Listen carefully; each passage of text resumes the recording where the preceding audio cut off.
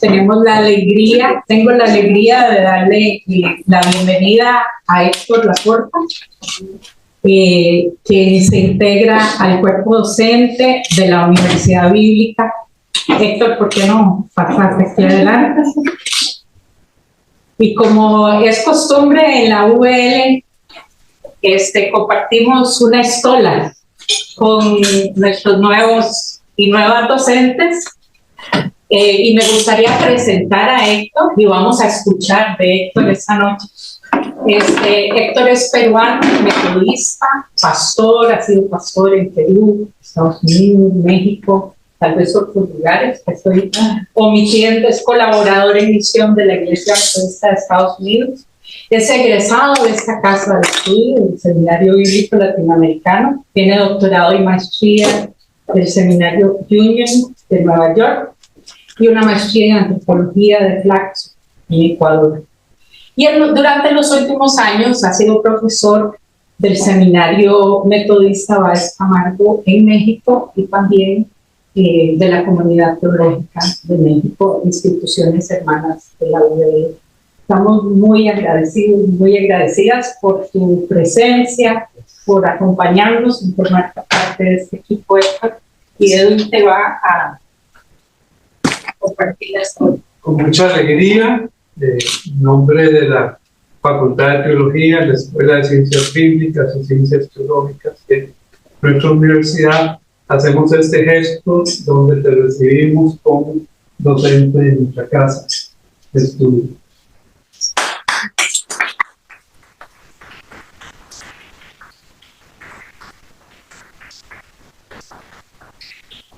Ahora a la lección inaugural a cargo de Héctor, que tiene una semana de estar aquí, ¿verdad? Entonces está todavía, todo le está dando vueltas, pero te agradecemos compartir esta noche. Muchas gracias. Hace una semana aterrizaba en San José y venía a mi mente este viaje que hice hace muchos años. Como llegué a esta casa de estudios en tiempos muy convulsionados de América Latina y con muchos sueños, y volver después de un tiempo considerable es como recoger los pasos de uno, y en ese sentido me siento con mucha alegría sumarme al equipo docente de mi alma mater. He estudiado teología, seguido estudiando teología y enseñando, y no solo ello, sino también para mí fue muy importante mi trabajo pastoral,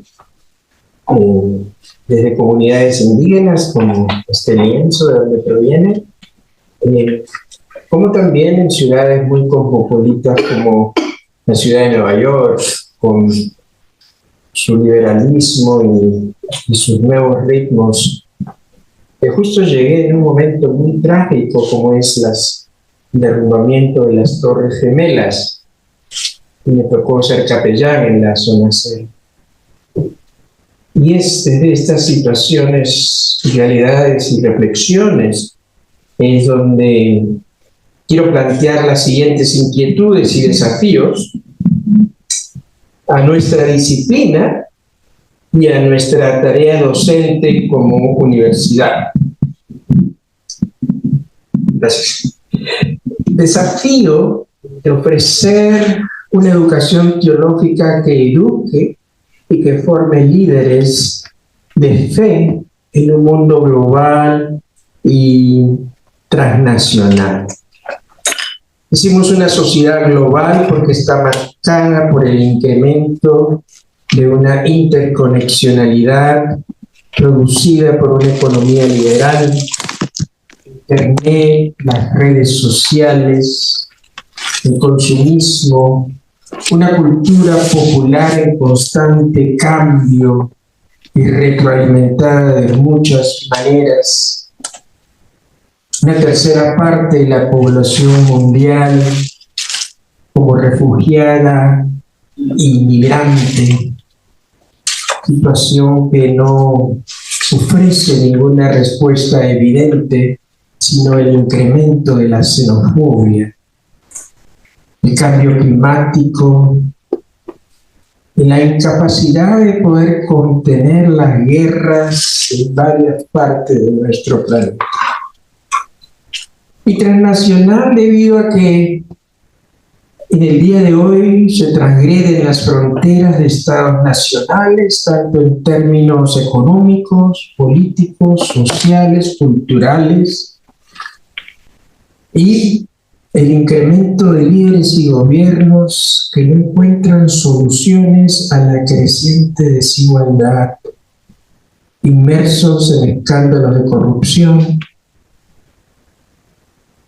populismos que se sustentan en acciones polarizando a los sectores de la población, empujando en algunos contextos a violencias extremas. Los fundamentos del paradigma civilizatorio dejaron de importar. Las democracias son atacadas por múltiples frentes. Los límites de lo intolerable se diluyen. El diálogo, la diversidad, la razón, los derechos y los órganos multilaterales dejan de existir, dejan de tener autoridad. En ese entorno, las sociedades buscan gobiernos fuertes, aunque sean poco democráticos, como hay aquí en nuestra región. Se respalda la restricción de los derechos en nombre de la seguridad y están dispuestos a entregarse a quien ofrezca algún tipo de certezas, aunque solo sea en discurso. Lastimosamente, las iglesias y las teologías no escapan a dicha lógica. ¿Cómo esta realidad desafía nuestro modelo eclesial y nuestras teologías? He escuchado muchas veces que las teologías tienen que tener sentido en la medida que tienen cierta relevancia en la acción pastoral. Y estoy de acuerdo. Lastimosamente, los modelos eclesiológicos siguen siendo rígidos, jerárquicos, y su preocupación primaria es su sobrevivencia institucional. Estadísticamente vemos que la iglesia cristiana en el mundo decrece en membresía. Al 2010, el cristianismo en sus diversas expresiones solo alcanza el 32%. Y el grupo que más rápido crece es el de los que se desafilian de ella, llegando a un 16.3%, como dice Pew Research, estudios demográficos de la Iglesia. Adicionalmente, su voz de la Iglesia en el mundo cada vez tiene menos autoridad ética y moral por los propios conflictos internos. De forma adicional, la mayoría de los jóvenes, mayormente mujeres, no ven en la iglesia cristiana como un espacio seguro para expresarse y vivir su fe. El porcentaje de deserción de las iglesias es mucho mayor de estas estadísticas, sobre todo en los jóvenes. Y estas estadísticas nos confirman que nuestros modelos de ser iglesia son obsoletos y resultan poco atractivos, más aún a las nuevas generaciones, hipotecando con ello la sobrevivencia de las iglesias. Iglesias que lastimosamente mayormente transmiten imágenes enfermas de un Dios castigador y masoquista que nos crea a su imagen y luego se deleita en enviarnos al fuego eterno. Un Dios misógino que es padre y no madre, que tiene la última palabra en todo y nada le hace cambiar de opinión. Y todo lo que le resulta ajeno es herejía o tal vez ideología de género.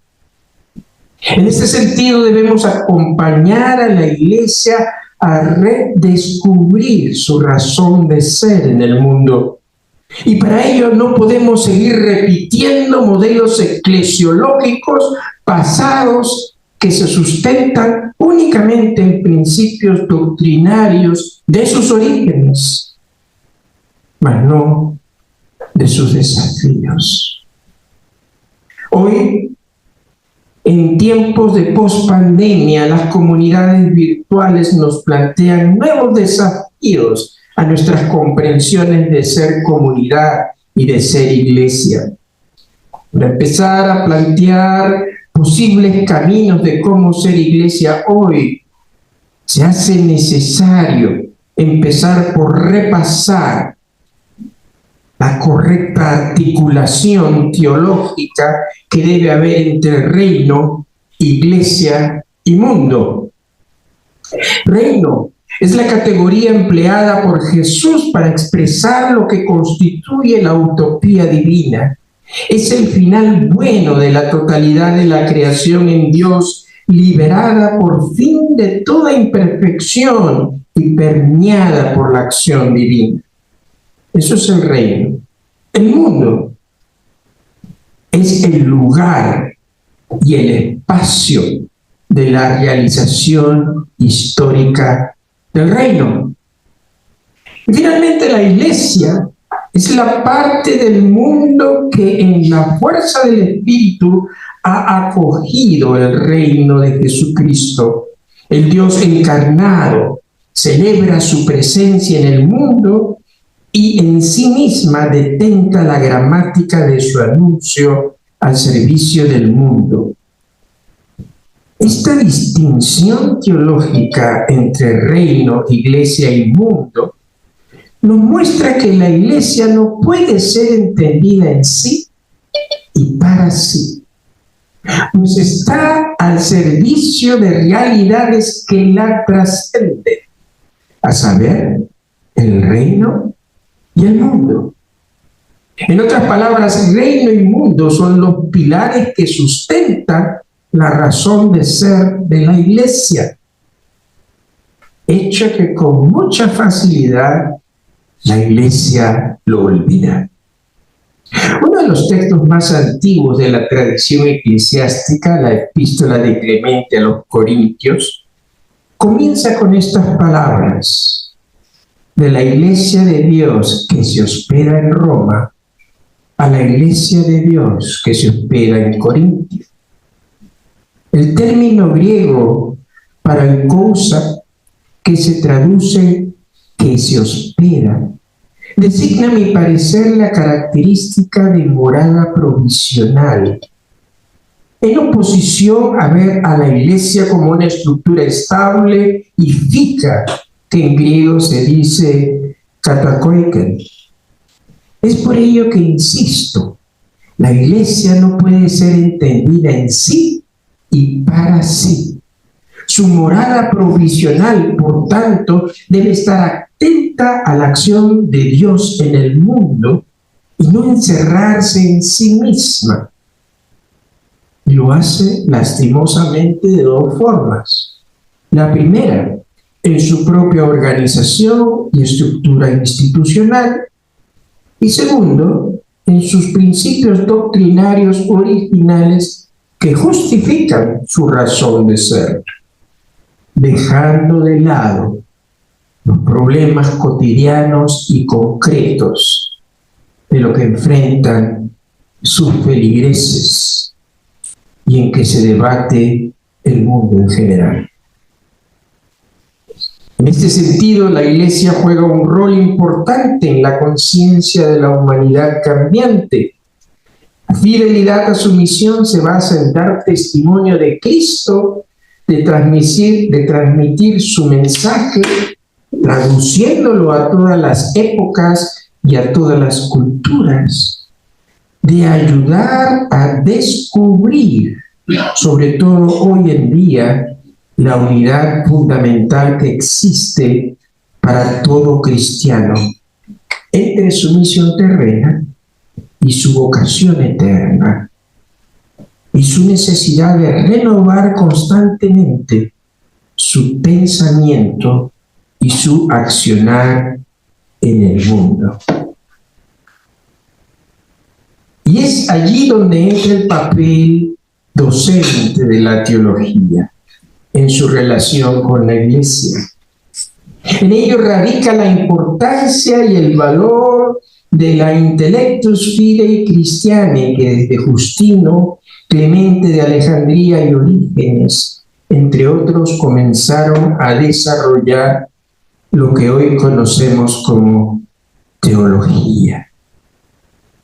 O como decía Anselmo, que la teología es fideis quaerems intellectum, la fe que busca ser explicada, que es el argumento ontológico que Anselmo señala para expresar la relación entre fe y razón, que ha sido objeto de reflexión y debate a lo largo de la historia constantemente en lo que buscamos hacer teología. En este sentido, cabe señalar que no existe una sola manera de hacer teología, sino muchas expresiones y énfasis, de acuerdo a cada coyuntura histórica, social y cultural. Históricamente, la teología como disciplina ha pasado por distintos momentos. Los dos periodos más interesantes, a mi entender, es la patrística y la escolástica. La patrística, que va desde el año 100 hasta el año 900 aproximadamente de la era común, que muchos lo dividen en primera patrística, segunda patrística por fechas, otros lo dividen por énfasis,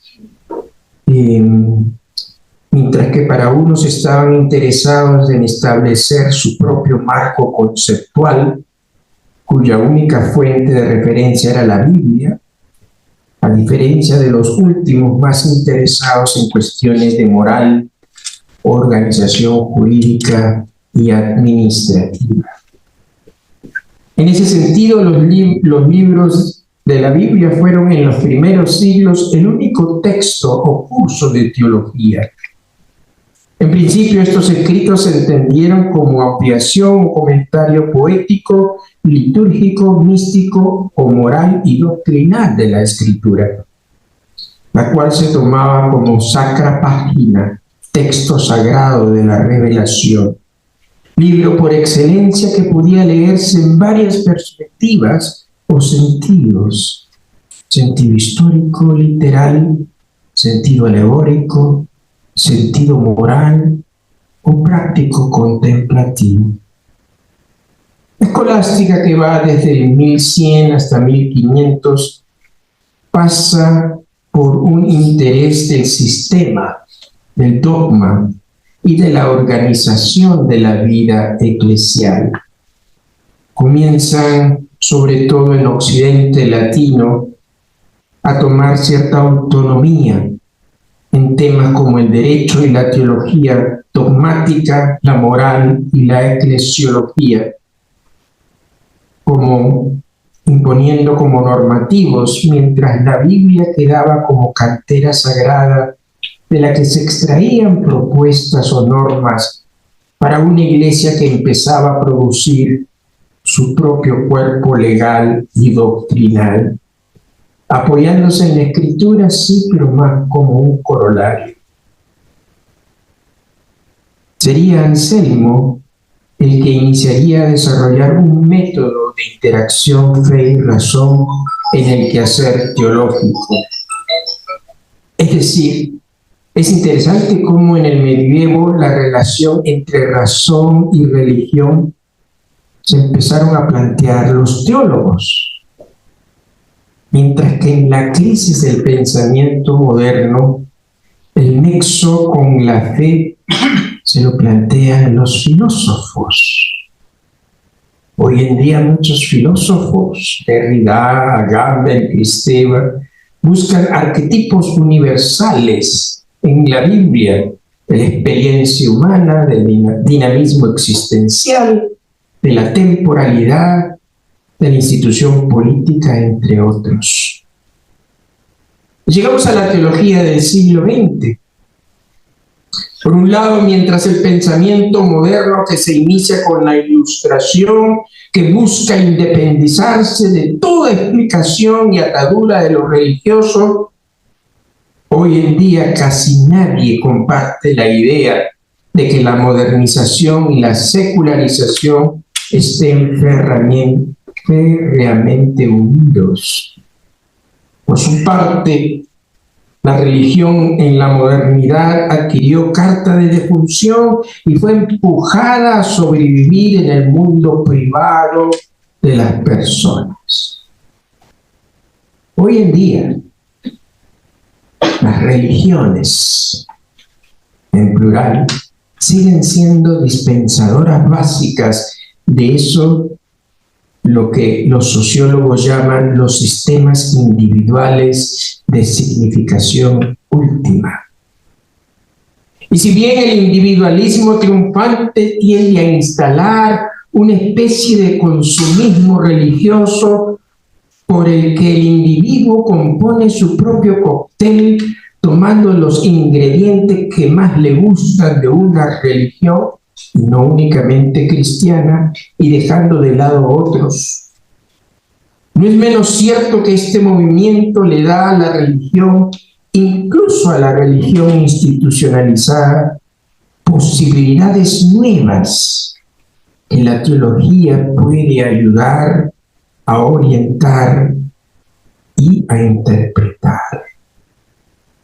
Por un lado, la crisis de las explicaciones ilustradas de la realidad y la resignificación de lo religioso en el mundo de hoy resulta difícil de digerir, sobre todo cuando el pensamiento religioso el día de hoy es muy conservador. La categoría fundamentalista para mí no define esta nueva resignificación de lo religioso. Es interesante históricamente, ante la crisis institucional de la Iglesia, siempre surgieron experiencias religiosas que muchas veces fueron catalogadas como heréticas y que luego serían aceptadas, como fue en el tiempo de Lutero o Teresa de Jesús, por mencionar dos nombres.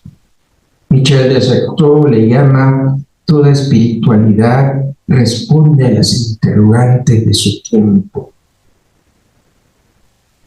Esta nueva situación histórica de crisis institucional de la Iglesia, de redefiniciones de lo religioso, presenta un desafío a la teología de cómo acercarnos a interpretar esa nueva realidad que escapa a nuestras lecturas confesionales y ortodoxas de hacer teología.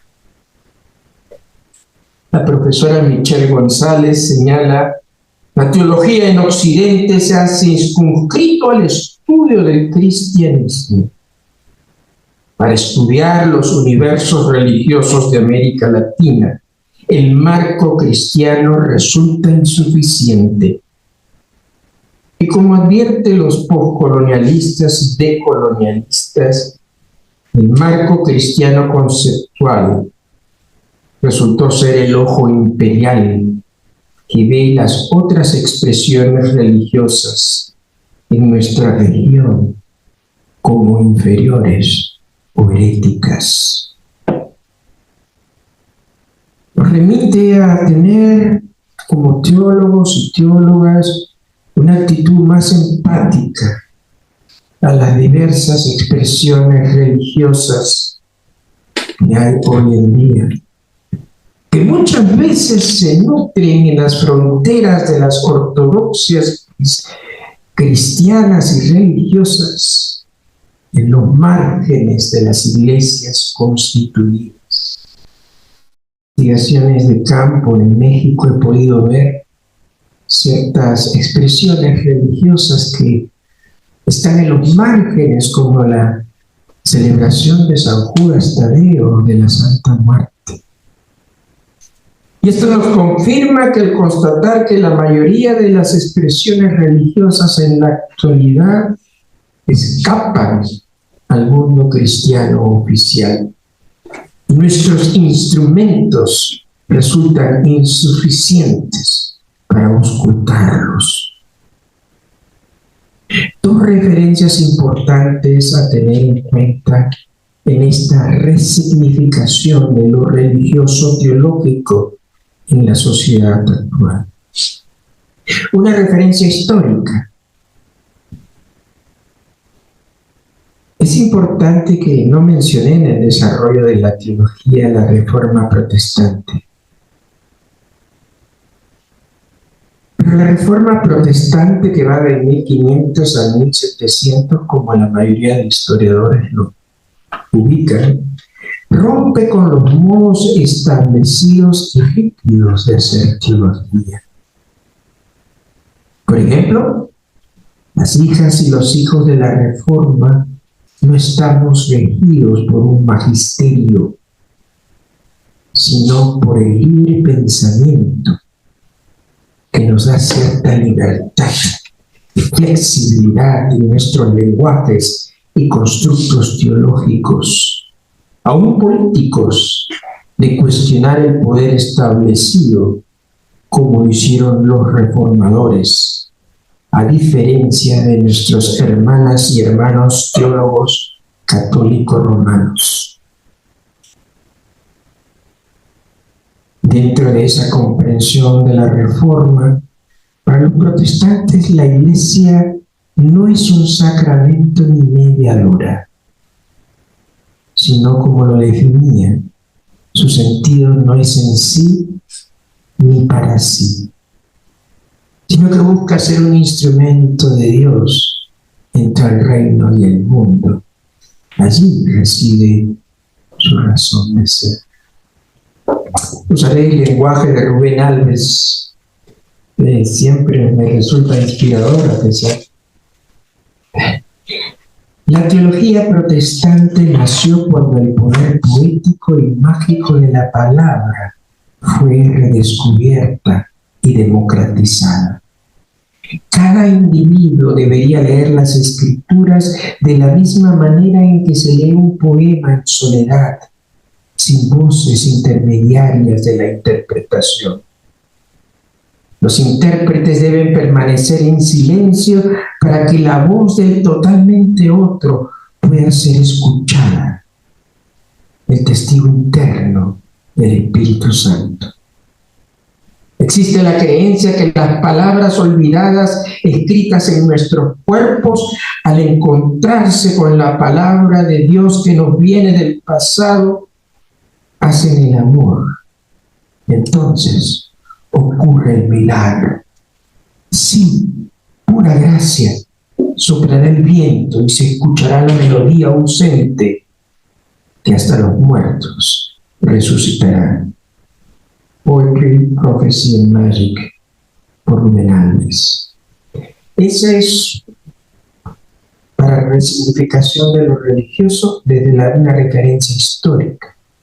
Y en la teología, una categoría importante para desarrollar una ontología existencial es que la teología revise y repiense lo que entendemos por revelación, que a mi entender es el punto central de la teología. A diferencia de los estudios de la religión que empiezan a desarrollarse en la academia, en antropología, sociología, historia, sociología y género. La revelación en la historia humana no se reduce a repetir meras doctrinas, versículos de memoria, ni códigos morales. La revelación es la que inspira un modo de existir y ver el mundo que afecta a la persona y también busca transformar la realidad social. Haciendo una síntesis de los modelos de teología de la revelación, tomando en cuenta 3 teólogos, David Bracy, Andrés Torres Queriuga y John Sobrino. El teólogo Carlos Mendoza Álvarez va a resumir lo siguiente. La tarea crucial para la comunicación de la fe en tiempos de pluralismo del conocimiento y de las religiones, característico de las sociedades modernas, va a conllevar establecer estrategias de colaboración interdisciplinaria con todas las disciplinas que busquen la comprensión de la subjetividad en su dimensión personal y social. Para llevar a cabo dicha colaboración será preciso establecer coordenadas de comunicación que hagan posible el intercambio de experiencias, interpretaciones y acciones. La revelación opera en la realidad, la cual no es únicamente sociológica, como proponía cierta lectura elemental del método juzgar y actuar, sino que es un acontecimiento hermenéutico que afecta y emancipa todas las dimensiones de la subjetividad para abrirlas a su realización plena en el amor que es Dios.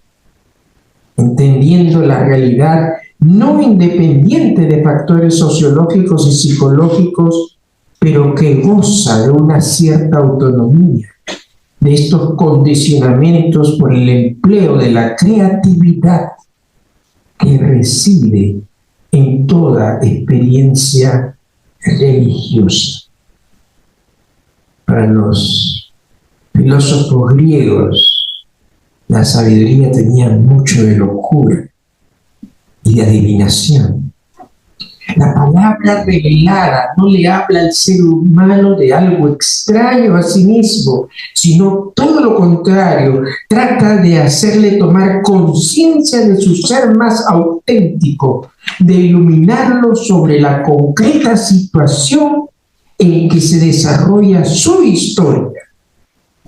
La palabra no es centrífuga, sino centrípeta, es decir, no navega hacia mares extraños, sino al encuentro consigo mismo. Revelación no se trata de una mera realización individual, sino que acontece en el encuentro con los otros, por lo que respecta tanto al orden social como a la conformación de la comunidad escatológica, que es la Iglesia en su sentido teológico. Tal es el dinamismo del misterio divino que anima la historia y abre un sentido de plenitud de redención en medio de los escombros de la modernidad. Finalmente, para no cansarles, ciertas coordenadas a tener en cuenta para hacer una teología válida para los tiempos actuales, que Hans Kuhn hace en 4 factores después de revisar a 8 teólogos. Lastimosamente todos eran hombres. Así que creo que tendríamos que agregar 4 más para ser honestos con la mitad de nuestra academia teológica, que son nuestras hermanas. Hans Kuhn sugiere estos 4 factores. Una teología no oportunista, conformista, sino auténtica y realista. 2. Una teología no autoritaria, sino libre.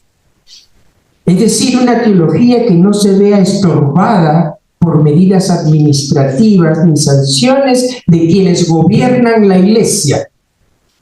3.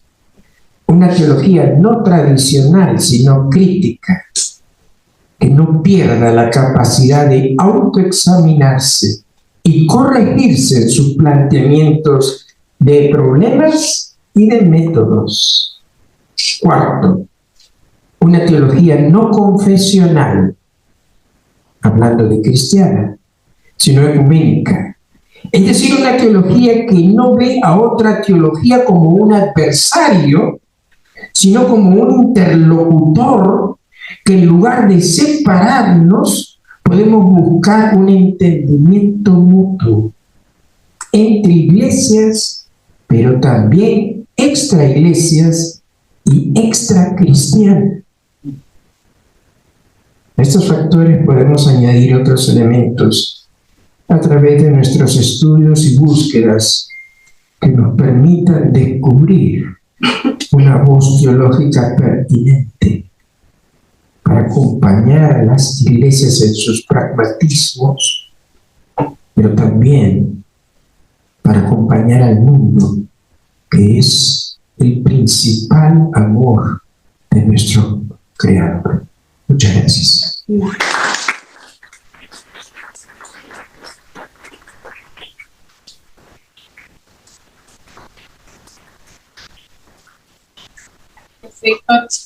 Siento que he estado en un viaje, un viaje desde la realidad a través de la iglesia, la teología y qué significa. Y es algo que hemos estado hablando, estuviste en el Consejo Universitario, qué significa hacer teología, pensar teológicamente hoy en estos contextos. Y nos abre ese horizonte con esta reflexión. Tenemos oportunidad para preguntas, comentarios, tenemos un micrófono. Añadidos, notas al pie. ¿Alguien? Todos a la vez. Mi profesor estaba, cuando recién empecé mis estudios doctorales,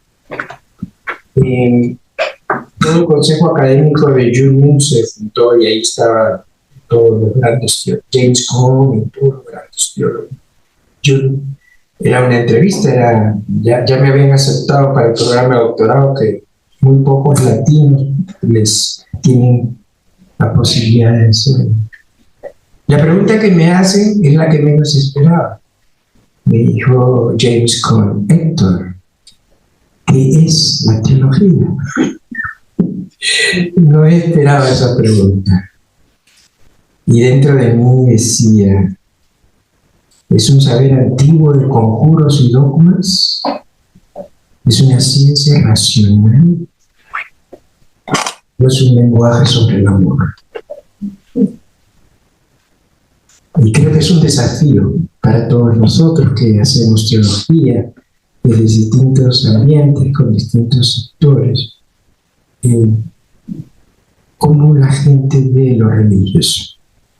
Y es muy desafiante para todos nosotros. Pero bueno, conversemos. Yo, como digo, no traigo respuestas, traigo más desafíos y algunas coordenadas que en mi tiempo de pastor he podido rastrear. Sí.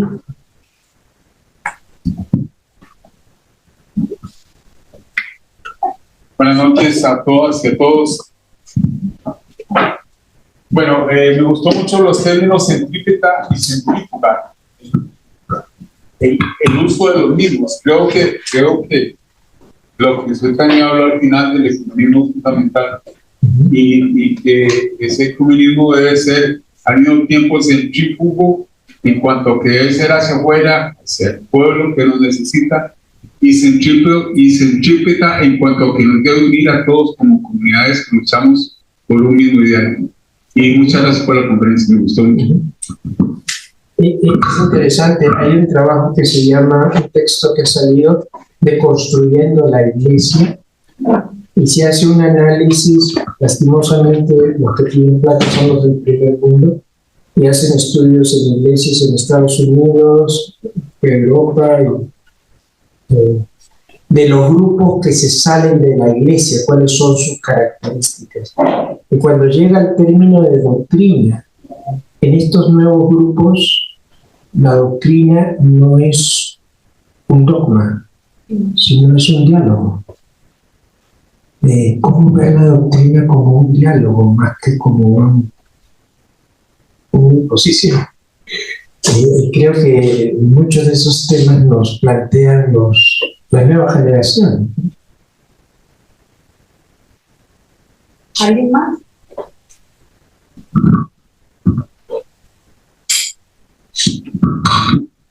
Muchas gracias, primeramente. Hay una pregunta que yo se la he hecho casi a todos los profesores acá. Entonces, vamos a inaugurar un nuevo profesor. Y es que aquí aprendemos mucho de la academia. En la misma conferencia usted nos dio toda una historia de la teología. Y es algo que a mí me apasiona mucho.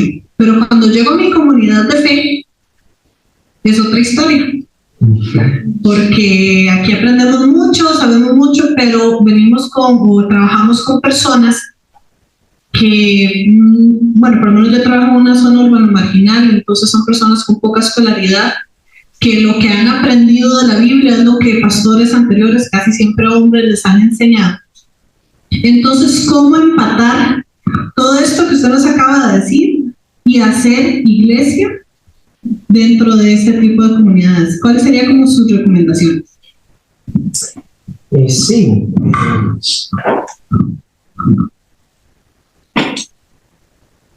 Fue bien interesante. Yo cuando terminé mi licenciatura aquí en Costa Rica, me ordenaron en Perú y me mandaron a trabajar en Sonjomar, Caumuto, Pampa, Cámara, Cauli, Pampa, donde no hablaban español. Así que tuve que aprender quechua. Y llegando al Cusco, me recibieron un grupo de indígenas y me dijeron, oh, un huayna pastor, un pastor joven. Y tomamos un bus y de ahí empezamos a caminar 6 horas cerros arriba, sobre los 4.000 y 5.000 metros. Cuando llegué a las 6 de la tarde, jadeando y muy detrás de ellos, me dijeron, ahora sí puede ser nuestro pastor. Creo que es donde aprendí más teología.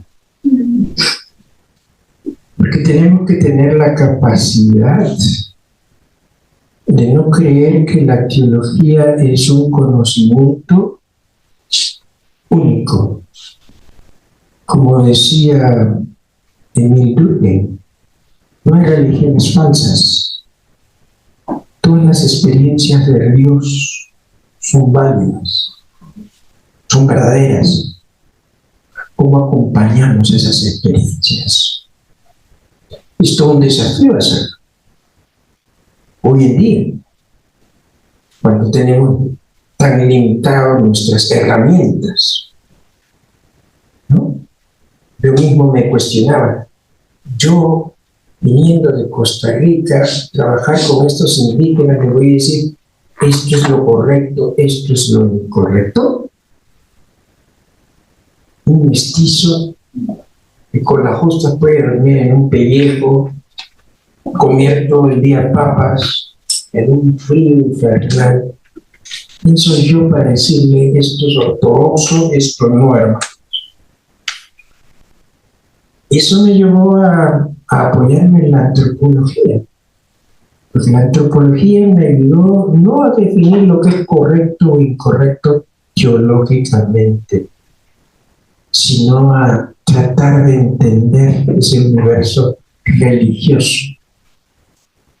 Por eso es importante que la teología dialogue con otras disciplinas que nos ayuden a tener un instrumento más variado para auscultar y acompañar las experiencias religiosas. Más hoy en día. Más hoy en día. No sé si responde a tu pregunta.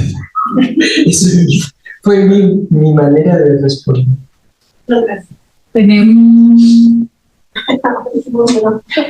Tenemos un comentario de voz que nos acompaña en Zoom. Dice, todos hacemos teología desde nuestros espacios, desde la familia y la comunidad de fe también. El reto de una generación con tendencia a las redes sociales, cómo afrontar desde estos microespacios. el reto de una generación con tendencia a las redes sociales. Creo que es el centro de la pregunta. Hay una categoría que el sociólogo, el viejo Troeltsch, estableció una distinción entre tipo secta y tipo iglesia. La tipología que nos resulta útil para entender que hay épocas que lo religioso puede caracterizarse como iglesia y en otras ocasiones como tipo secta. La secta es la comunidad local, pequeña, no institucional o burocrática, donde lo presente, lo próximo y lo sentimental está vigente. Weber le llama a las comunidades emocionales, pequeñas fraternidades, convivencia, secretos, tatuajes, ritos de muerte, códigos compartidos, ¿no? Creo que cuando vemos en la Biblia la comunidad de los santos son esas pequeñas expresiones que se empiezan a articular. Y hoy en día, para mí, estamos en ese movimiento de modelos de ser iglesia, ¿no? Entornos a sentimientos. Por ejemplo, es interesante uno de los rituales más, el ritual más antiguo, religioso, era en torno a la muerte. Los primeros vestigios religiosos en el mundo que se han encontrado eran rituales fúnebres. Es interesante que en México, un país donde mueren 12 mujeres cada día, donde la vida no vale nada, el Día de Muertos es una de las celebraciones más importantes, donde se conjuga lo pequeño, lo familiar, lo secreto. Claro, con Coco la película se ha difundido mucho, pero en realidad el Día de Muertos es una relación íntima, familiar, donde hay secretos compartidos. Eso me parecía gracioso. En México todos los muertos toman Coca-Cola, no Pepsi. Porque en los cementerios aparecen las Coca-Cola. Esas articulaciones en términos de pequeños grupos y de ser comunidad se articulan de manera diferenciada y las mismas redes sociales no lo confirman por afinidades, ¿no? Era interesante. La iglesia primitiva, ahora nos escandalizamos por la presencia de las mujeres y de las minorías sexuales. Revisando la escritura, las primeras comunidades cristianas eran de mujeres, pudientes y, sobre todo, y de esclavos y eunucos. Esos eran las primeras comunidades de creyentes, la comunión de los santos. Pequeños grupos que se sentían y se articulaban en base a sentimientos comunes de proximidad. Tal vez hoy en día debemos ocultar cómo estos nuevos movimientos nos revelan nuevas formas de ser iglesia más allá de calificarlas como fundamentalistas. Digo yo, no sé.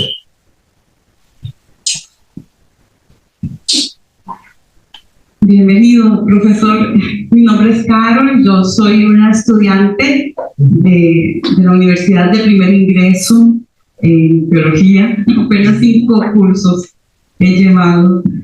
En mi diario vivir acompaño a mujeres en situación de calle y coincido por completo con lo que usted dice, ¿verdad? La forma de vivir la fe, de hacer teología hoy en día tiene que ser interdisciplinario, ¿verdad?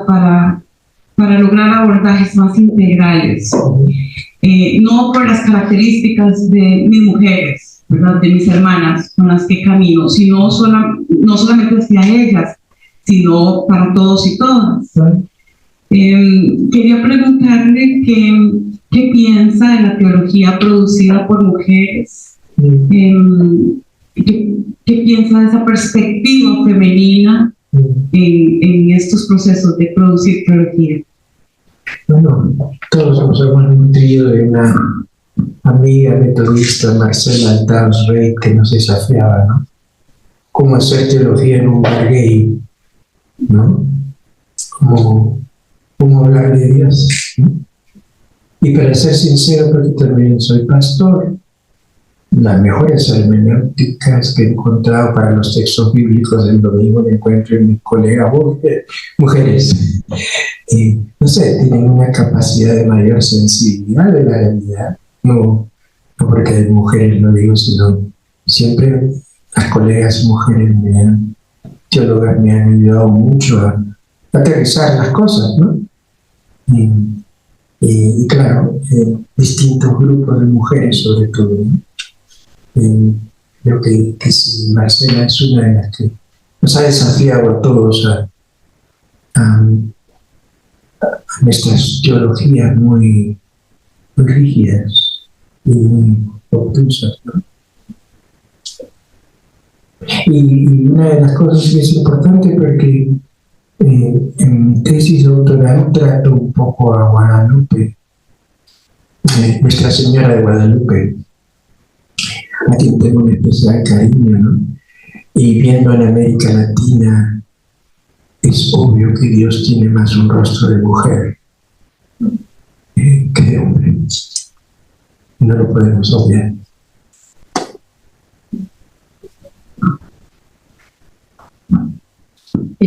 Yo soy Olga y igualmente doy la bienvenida a agradecer su vinculación a la UBL.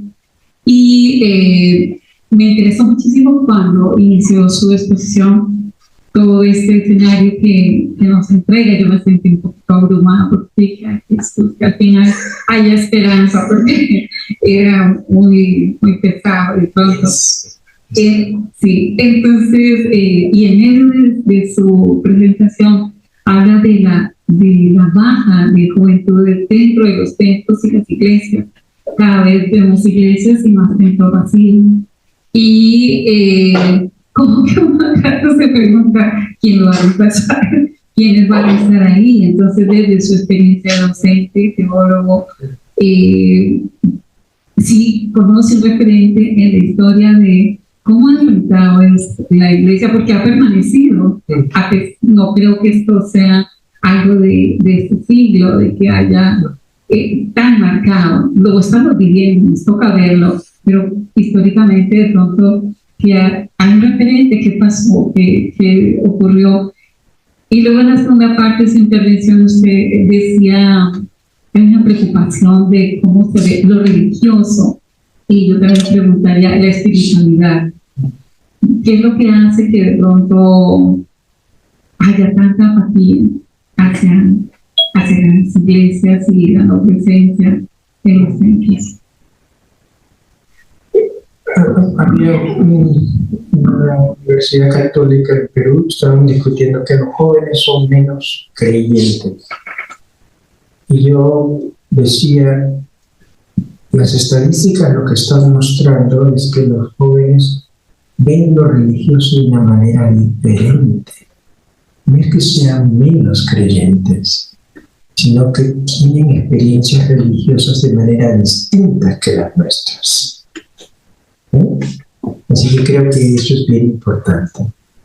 Iniciamos es interesante, cuando me venía para acá, tenía grupos de estudiantes de teología que me despidieron. Siempre he tenido ese problema, las autoridades se alegran que me voy, pero los estudiantes tienen mucho cariño. Y en la despedida tenía un grupo de estudiantes que es pastor, pero otro grupo que se salió de la iglesia y algunos que se declaran ateas, son todas mujeres. Entonces había ese conflicto, ¿no? Se miraban con recelo ambos, ¿no? Pero yo decía, es válido ambas posturas. Le recordaba un poco la diferencia entre Leonardo Boff y Gustavo Gutiérrez frente a la autoridad eclesiástica, lo que ocurrió, ¿no? y ambas posturas son válidas, ¿no? Creo que debemos dejar que los jóvenes trabajen. Y la segunda cosa es que nos pidieron en una cárcel en México poder ir a hacer un trabajo con jóvenes en lo religioso. Entonces ya habían iglesias, estas iglesias que van y los evangelizan, les hablan de Dios para que se nieguen y cambien. Entonces yo decía a la comunidad teológica, no vamos a hacer lo mismo. Entonces lo que hicimos fue un concurso con premios y todo, de pinturas y de poemas sobre la Santa Muerte, que para todos los mexicanos es algo importante. Y a partir de eso construimos un diagnóstico de los universos religiosos de los jóvenes y vamos a trabajar con la autoestima a través de TikTok, a través de rap, de música y de metodologías mucho más y de tatuajes, ¿no? Metodologías mucho más acorde. Y adquirió bastante sentido, ¿no? Y entonces estábamos en eso con esta nueva forma de ver la teología cuando llegaron los salesianos y el gobierno optó por trabajar con los salesianos y dijimos hasta aquí llegamos. Pero, ¿qué quiero decir con esto? Debemos recrear metodologías que nos ayuden a no imponer lo religioso, sino a dejar que aflore. Todo ser humano es imagen de Dios. Por lo tanto, tiene una expresión de lo sagrado. Y esa es nuestra tarea como teólogos, ¿no?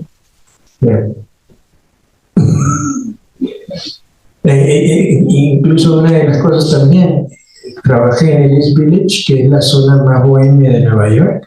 Había muchas casas de tatuaje y era interesante, uno de los tatuadores se hizo miembro de la iglesia y con él hicimos un taller sobre tatuajes y símbolos religiosos. Muchos de los tatuajes son religiosos.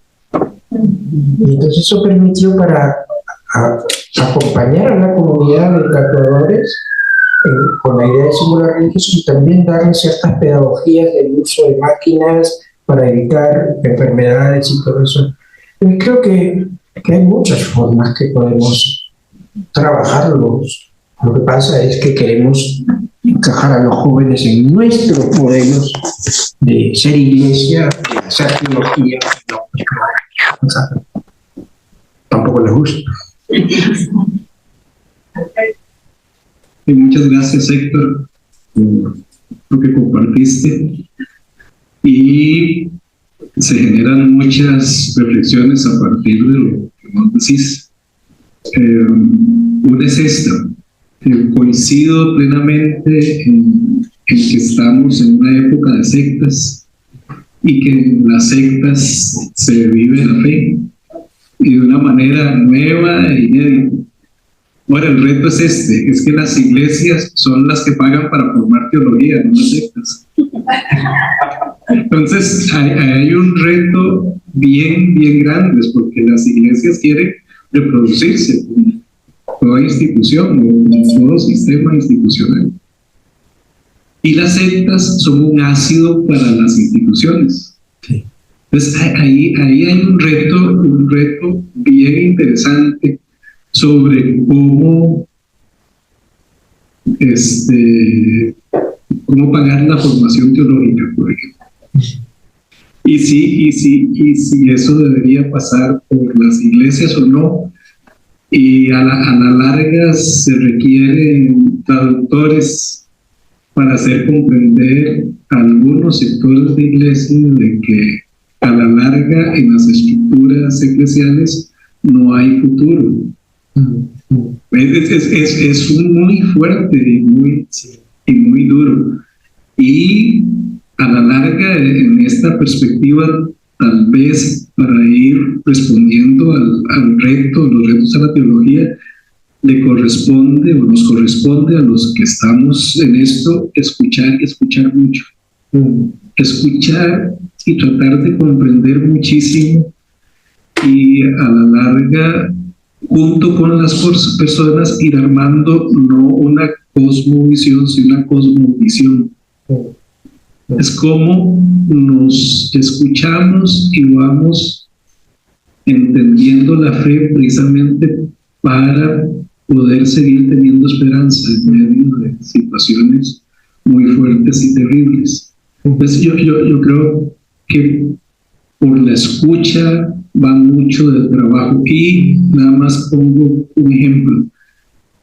He trabajado en comunidades que diría sumamente fundamentalistas, literalistas, etc. Y entonces, si uno se queda en el discurso, dice, aquí no hay esperanza.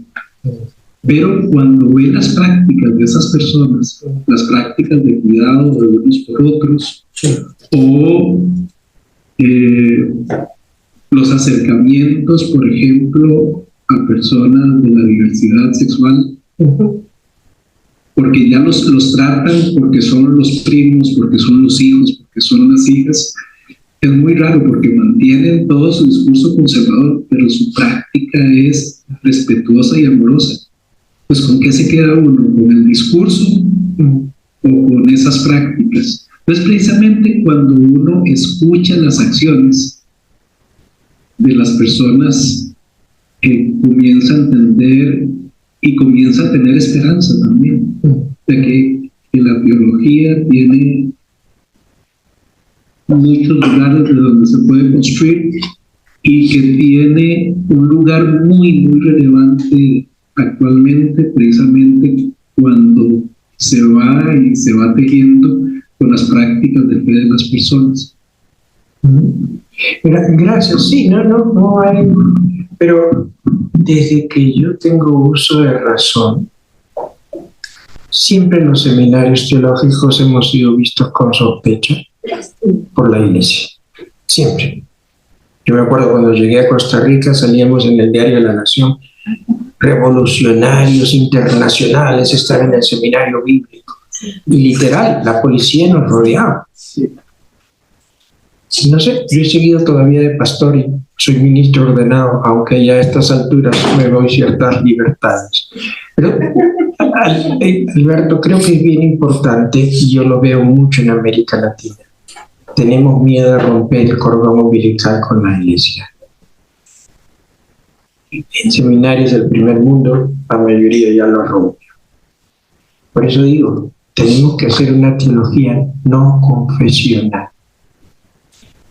Y claro, habrán algunos sectores que no, pero yo lo que digo desde mi experiencia, a veces con las jerarquías o los centros de poder de Lima, en la capital del Perú, hay problemas, pero si yo voy a las comunidades indígenas, me entienden perfectamente. Todo el movimiento contra el actual presidente en Perú es en Puno. La mayoría son adventistas. Los que estaban estudiando en la comunidad teológica de México ya no venían de los luteranos, de los metodistas. No, la iglesia sabatista del séptimo día, el obispo se metió y metió a todos sus estudiantes. Teníamos más de 40 sabatistas estudiando teología. O sea, creo que sí es importante no romper el vínculo de la iglesia, pero no circunscribirnos a las cuatro paredes de la iglesia. Y siempre hemos estado con eso. Y los financiamientos, no sé cómo será aquí, pero generalmente no vienen de las iglesias. Mayormente vienen, por lo menos, de organismos ecuménicos. Y hoy en día, tal vez el único espacio de diálogo ecuménico es donde estamos. Y lo importante que ha sido y puede seguir siendo. Siempre creo que es importante, sí, la iglesia, tener un pie en la iglesia, pero el otro pie también en diálogo con el mundo, a empezar a hacer una teología pública. Acordémonos, Jesús, sus problemas, si vamos a la Biblia, Jesús con quienes tenía problemas era con la gente de la iglesia, no con la gente de afuera. Y como que sí, no, por eso digo, es importante la iglesia, pero no pongamos todas nuestras cartas allí y rompamos un poco el cordón. Voy a compartir un último comentario de Isis, estudiante aquí de Costa Rica. Creo que las personas están más interesadas en la espiritualidad y menos en la religiosidad.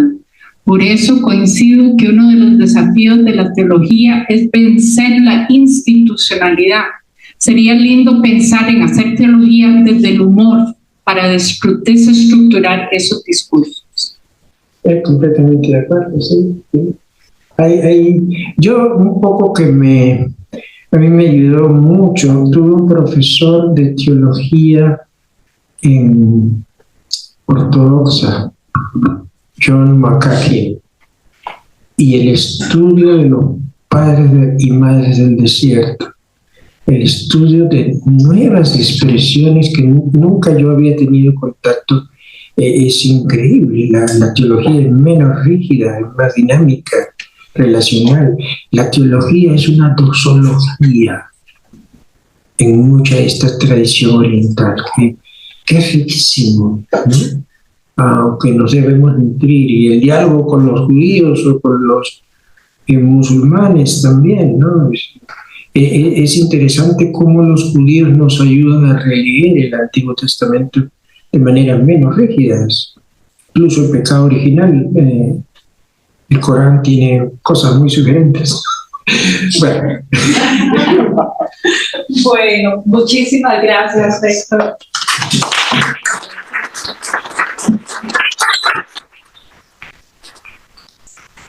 Muchas gracias a todos y a todas por acompañarnos en este inicio del año que ya está en progreso, inicio de un nuevo ciclo, esperamos, ¿verdad? De vida institucional, por lo menos empezamos por el año, por este año. Que invito a las personas que nos acompañan en Zoom, si quieren abrir la cámara, quienes deseen, para poder vernos a través de la distancia. Muchas gracias por acompañarnos, por estar aquí. Nos alegra ver los rostros y los nombres de quienes están con nosotros y nosotras.